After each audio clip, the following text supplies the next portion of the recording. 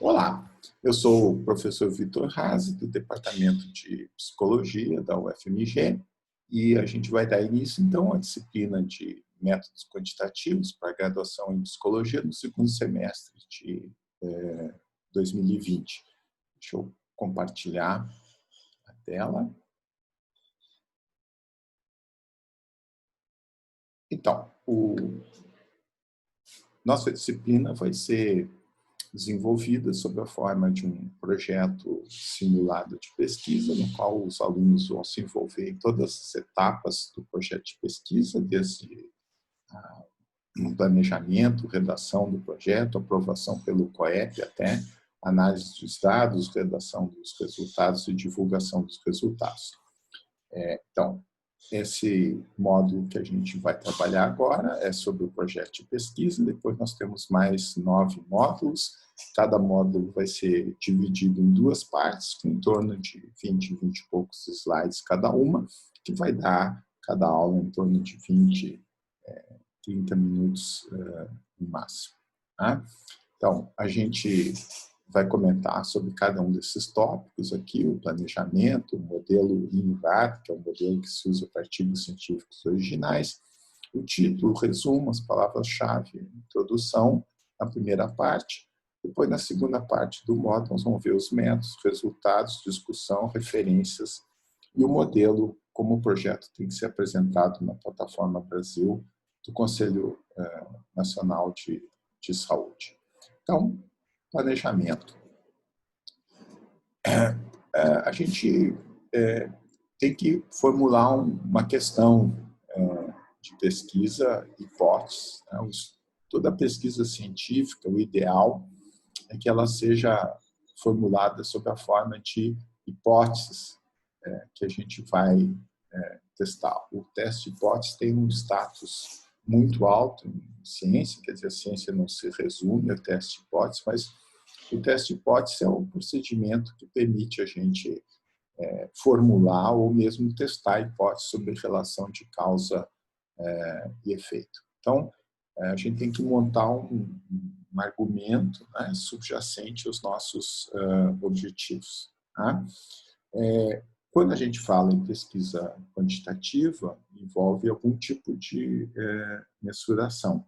Então, a gente vai trabalhar com algum instrumento que vai medir, né, as variáveis que a gente vai testar vão ser operacionalizadas sob a forma de medidas.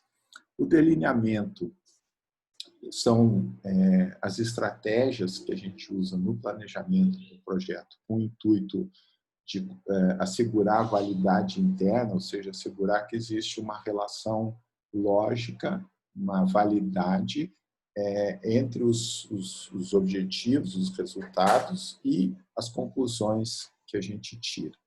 Tá? Os procedimentos éticos devem obedecer os princípios da bioética, autonomia, benefício para o participante, ausência de malefício e justiça, que é um importante que eu me esqueci aqui.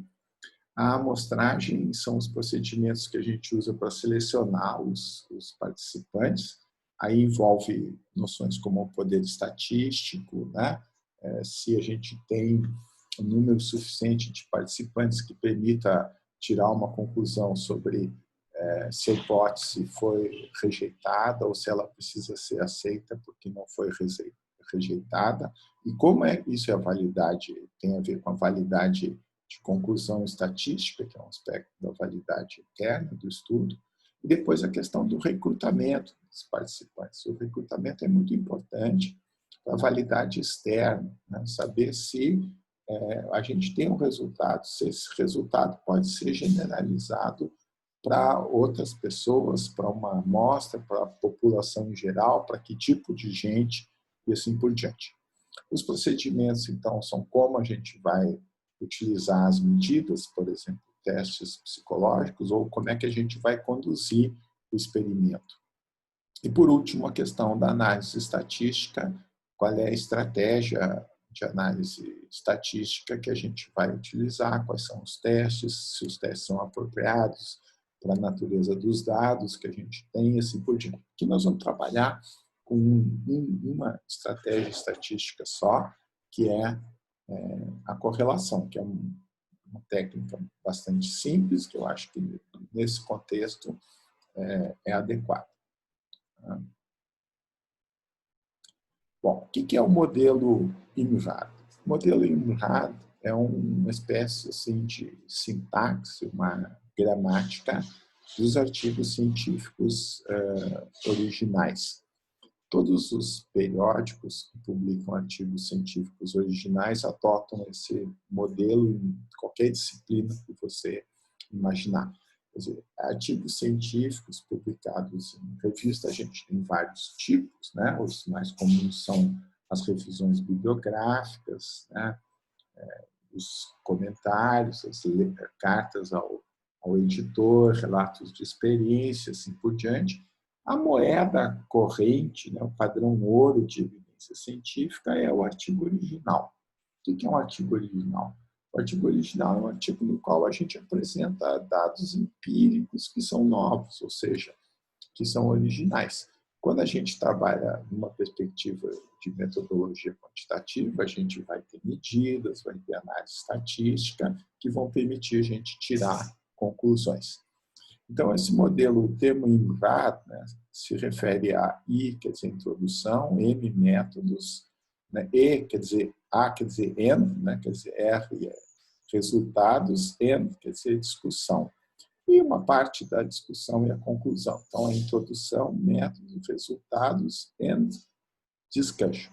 Além disso, a gente tem o título, o resumo e as palavras-chave que devem ser muito bem pensadas.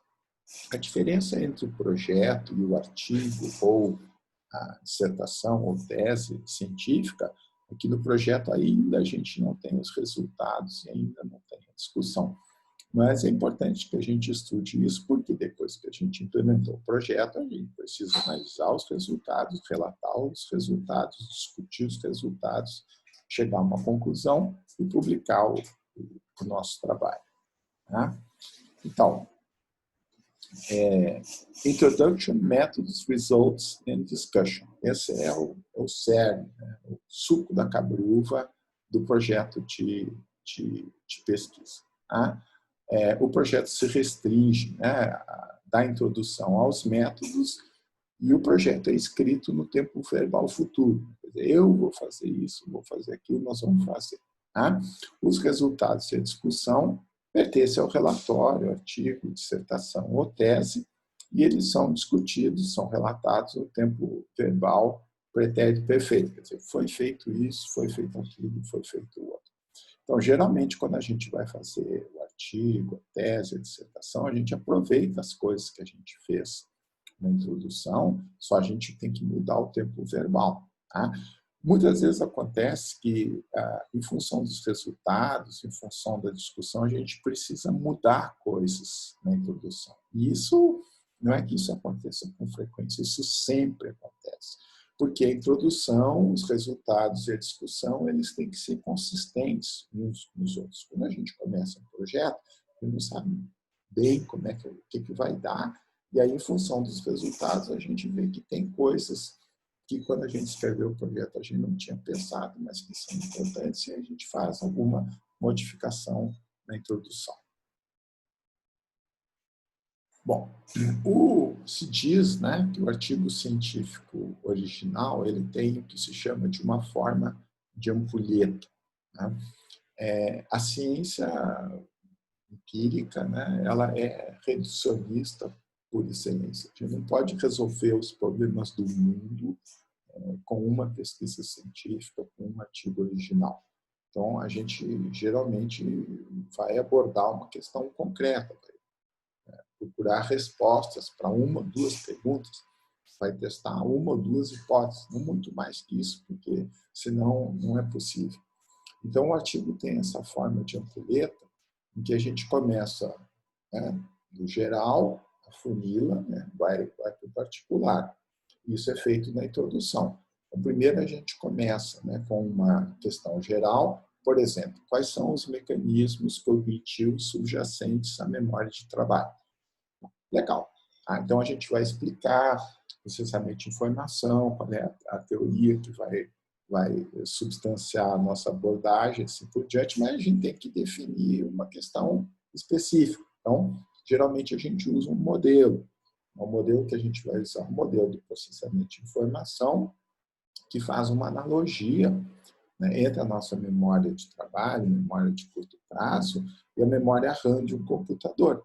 O computador tem um scanner, né, que é o processador dele, que vai perscrutando, vai varrendo a memória de longo prazo muito rapidamente e tem capacidade de localizar as informações quase que instantaneamente, ou pelo menos de uma maneira temporalmente não perceptível pela nossos mecanismos cerebrais de percepção do tempo. Então, quanto maior a velocidade de escaneamento, quanto mais rápido for o processador, mais informação ele consegue processar, mais informação ele consegue representar.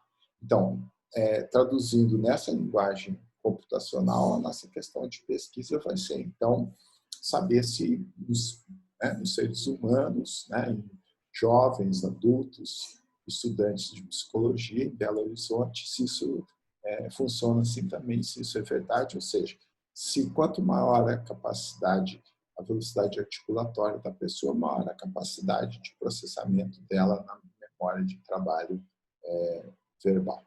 Tá?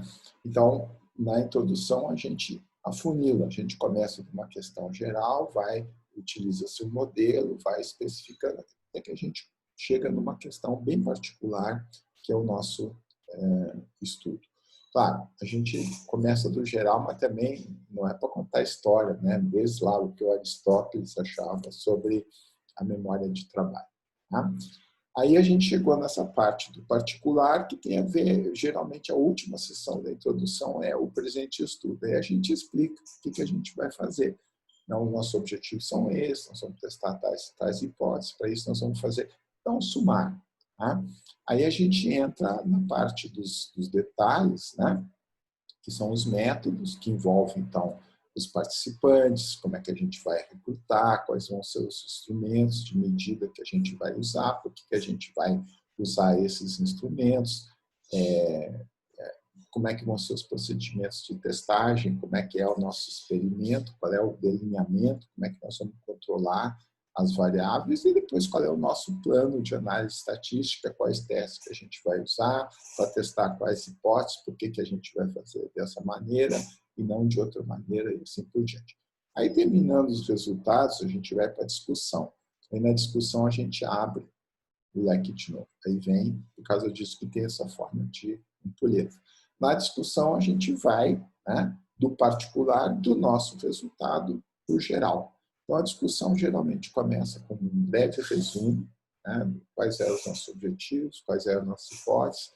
A gente atingiu os objetivos, não atingiu, as hipóteses foram rejeitadas ou não foram rejeitadas.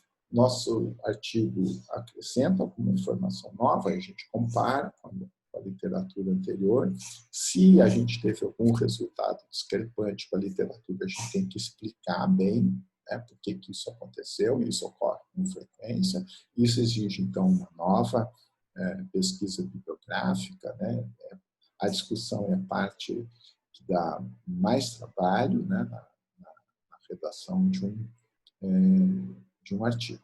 Aí a gente tem que fazer uma avaliação crítica do próprio trabalho. Porque se a gente não fizer, um revisor do trabalho vai fazer. Para ser publicado em uma revista, o artigo vai passar pelo menos por 2 revisores e eles vão ser muito críticos. O sarrafo é muito alto. Então, é melhor que a gente já reconheça os pontos fracos do nosso estudo desde já, mas também que a gente chame atenção para os pontos fortes. Se a gente tem algum aspecto teórico novo, se a gente tem algum aspecto metodológico original, se o nosso estudo tem consequências do ponto de vista teórico, metodológico, prático, do ponto de vista clínico, do ponto de vista pedagógico, do ponto de vista das políticas públicas e assim por diante.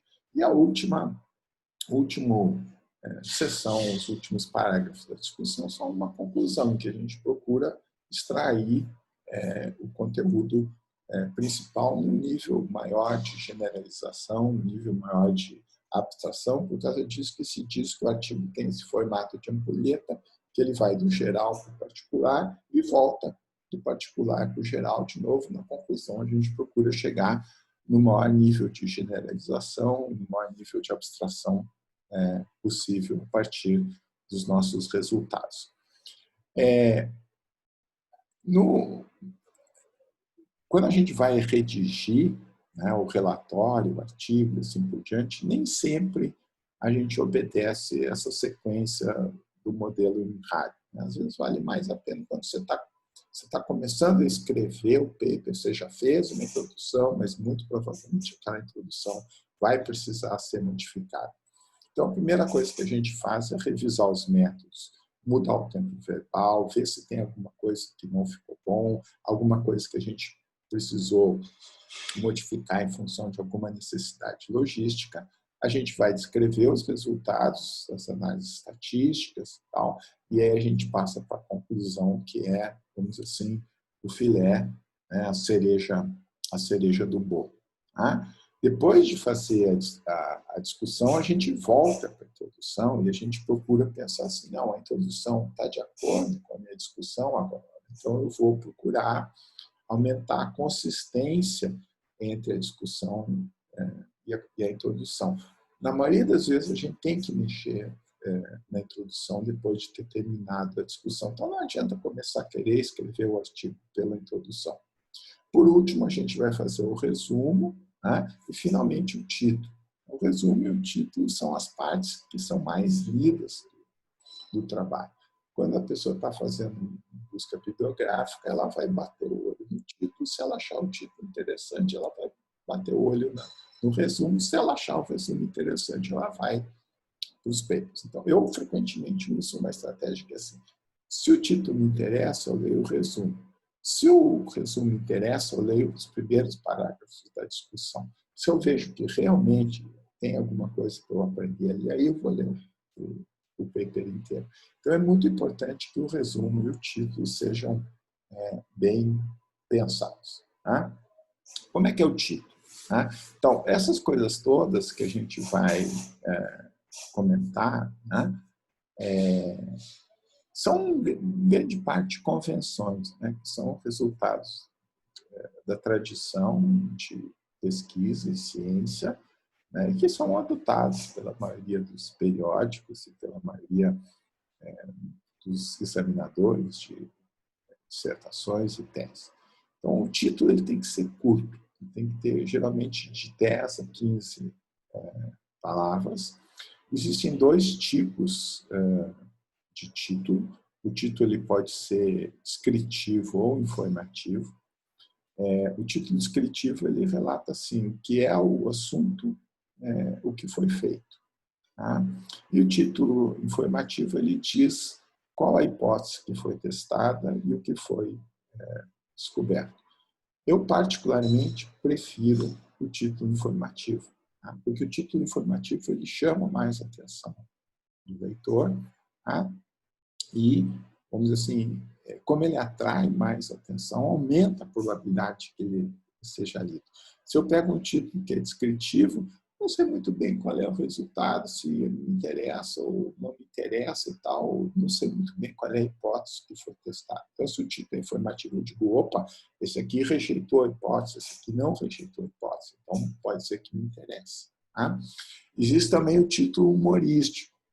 O título humorístico, né, ele é muito atraente, né, e a gente usa muito em psicologia, a gente procura ser original, né, só que o título humorístico a gente tem que ter um pouquinho de cuidado, né, ele chama mais atenção ainda do leitor, mas às vezes a gente pode exagerar, errar a mão, e aí a gente pode pagar mico. Tá? Então, o título é a última parte que a gente escreve, ele tem de 10 a 15 palavras, o ideal é que ele seja informativo, né, e seja a última parte do artigo que a gente escreve. Tá? O resumo. Tá? O resumo depende da revista, né? Ele pode conter de 150 a 500 palavras, na média, eu diria, em torno de umas 300 palavras, ele é enxuto, né? Então, ele chama a atenção dos pontos principais. Quando a gente lê o resumo, a gente tem que ser cético, né? Assim, será que isso é assim mesmo? Não é? Então, os leitores eles vão ler o nosso resumo com um monte de pedra na mão para tentar invalidar o nosso estudo, analisar. A ciência é isso, né? A ciência é um jogo duro, né? Um jogo pesado, de que os cientistas, por brincadeira, iam refutar as hipóteses, os modelos dos outros. Tá? Se a gente sobrevive, a gente até pode ser feliz. Então, o resumo ele deve ser estruturado, ou seja, ele deve ter uma ou duas frases para cada um dos componentes do modelo INCAD, né? A introdução, os métodos, resultados, discussão e conclusões. Então, assim, uma frasezinha, duas frasezinhas. Algumas revistas exigem que a gente coloque assim, introdução ou background. A outra que a gente coloque assim, métodos. Tá? Outras revistas não querem que a gente faça isso, mas elas querem que a gente aborde, né, com uma ou duas frases cada um dessas sessões, desses aspectos do artigo. Né? Então, o objetivo do resumo é chamar a atenção. Algumas revistas exigem que o formato em rádio seja explicitado, outras não, mas todas querem formato em rádio. Ele é a primeira parte lida do artigo, muitas vezes a única parte. Geralmente, o resumo é divulgado em bancos de dados, como a PubMed, Psyclit, ERIC, né? O PubMed da área biomédica, Psyclit da área da psicologia, ERIC da área da educação, onde a gente faz as buscas, né? As pesquisas na internet para identificar os papers que são interessantes para nós. Então, geralmente, aparece o resumo lá, a gente lê o título, o resumo, se interessa, a gente vai adiante. O resumo é a penúltima parte, né, a ser escrita do artigo, e o resumo ele tem que ser escrito de modo a refletir a última versão do artigo. Porque quando a gente vai fazendo o artigo, a gente vai mudando. Então, não adianta você fazer o resumo no começo, quando chega no final, né, você não pode apresentar um artigo que não tem nada a ver com o paper que você escreveu. Os principais erros do resumo são as inconsistências, você diz uma coisa no resumo, o resultado é outro, e as omissões, né? Quer dizer, você fez uma coisa, teve um resultado importante e esquece de mencionar no resumo. Bom, as palavras-chave são extremamente importantes, tudo é importante, né? As palavras-chave são importantes por quê? Porque elas são um critério que as pessoas vão utilizar para identificar o seu artigo. Então, quanto mais palavras-chave você usar que reflitam o conteúdo do seu artigo, maior é a probabilidade que o seu artigo seja identificado, que ele seja lido e que ele seja citado. Tá? A citação é a moeda corrente, né, o padrão ouro, para avaliar o mérito dos pesquisadores. Quanto mais, não adianta só publicar. Nem de publicar, você tem que ser citado. Então, existe uma coisa que se chama o índice H. O índice H é uma média, né, do número de vezes que cada um dos seus papers é citado. Né? Uma maneira da gente... Bom, a gente tem que ter geralmente em torno de 5 palavras-chave. Algumas revistas permitem mais, né? E a escolha das palavras-chave, uma boa maneira, uma dica boa, é a gente procurar artigos similares e ver nos artigos que a gente está estudando, que a gente se inspirou para fazer o nosso trabalho, quais são as palavras-chave que eles usaram, pega de um, pega do outro e tal, e monta o conjunto de palavras-chave do nosso artigo, visando aumentar a probabilidade, né, de identificação do nosso artigo. Tá? A introdução. A introdução, então, a gente começa de um problema geral, vai para um problema específico, né? Identifica uma lacuna de conhecimento, então a gente tem que justificar por que a gente vai fazer esse estudo, quer dizer, pode estar chovendo molhado. Replicação é um princípio importante na ciência, mas além de replicar, né, a gente tem que acrescentar alguma coisa. Um amigo meu que fez um doutorado lá no Canadá, ele me contou que o orientador dele falava uma coisa muito interessante, que é assim: tudo já foi escrito, nem tudo já foi dito, né? Então, quando a gente faz a pesquisa no banco de dados, a gente vê a quantidade imensa de conhecimento que foi gerado nesses milhares de anos, né, na história da nossa civilização, sobre tudo quanto é assunto. Então, isso é uma questão perigosa. Muitas vezes o iniciante ele coloca assim: muito pouco se conhece sobre determinado assunto. Não é verdade? A gente conhece um monte de coisa sobre um monte de coisa. Então, o que acontece muitas vezes é que a pessoa não conhece a literatura. Então, é importante que a gente mostre esse conhecimento da literatura. Isso envolve uma boa revisão bibliográfica e que vai justificar o nosso estudo, né, em função da novidade, né, da originalidade que a gente vai acrescentar.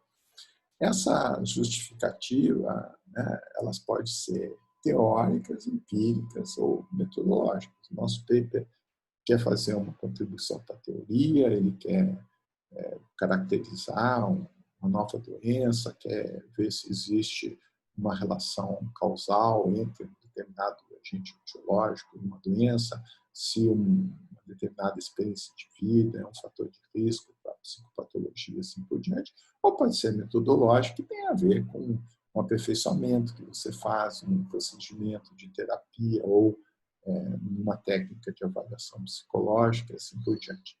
Então, quando a gente discute essas pressuposições, a gente leva essas justificativas, a gente leva em consideração as pressuposições, tá? E existe uma coisa que a gente chama de rede nomológica, né? Ou seja, na psicologia a gente não mede, a gente não investiga nada diretamente. Existe um ramo da psicologia, que é o behaviorismo, que observa, analisa o comportamento. Mas na maioria da psicologia a gente trabalha com construtos. Construtos são representações mentais internas, não são observadas. Como é que a gente valida esses construtos? A gente observa o comportamento e infere o construto. Então, existe uma rede, nomos em grego quer dizer normas, né? Existe uma rede de relações dos construtos entre si, a qual vai se relacionar com o nível empírico, comportamental no qual a gente está observando. Então, isso é uma coisa extremamente complexa e o nosso desafio é colocar isso, tá, na nossa introdução para justificar o nosso trabalho. Isso é geralmente feito sob a forma de um argumento.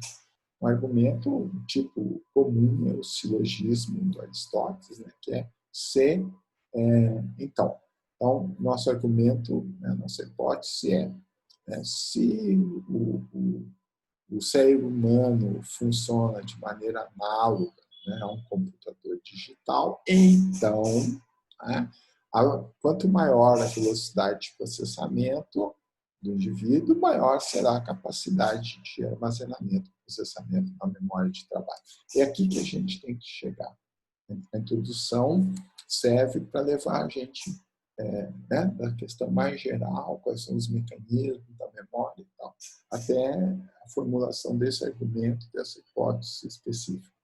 Aí a gente entra para os objetivos, as hipóteses. Geralmente é bom, né, relacionar cada objetivo com a hipótese que está sendo testada, e na última sessão a gente faz uma breve descrição do estudo. Geralmente a gente começa assim: no presente estudo, né, nós vamos testar tais e tais hipóteses, com tais e tais objetivos, vamos usar tal delineamento, vamos ver, né, como coletar dados de tais participantes e vamos empregar tais e tais métodos. Então, com isso, nós terminamos a primeira parte do projeto de pesquisa. Vamos dar uma folguinha agora e daqui a pouco a gente passa para a segunda parte. Muito obrigado.